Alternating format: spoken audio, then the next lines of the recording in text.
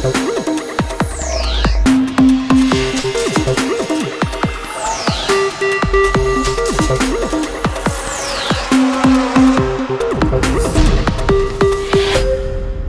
guys, Operation Delta here with another GTA 5 video. In today's video I'm going to be showing you how to get into Trevor's Meth Lab. Like and subscribe if you enjoy the video. Guys, you're going to want to come to this location on the map in Sandy Shores. And when you get to this location, park your car up like I do here. Climb on top of it. And then there should be a vent you climb up on. A pistol I suggest to use. And just shoot the glass. Get that quickly and then down here.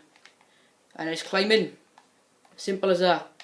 Probably one of the easiest glitches you'll do.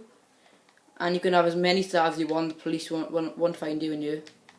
So that's the end of today's video, guys. And like and subscribe if you enjoy today's video.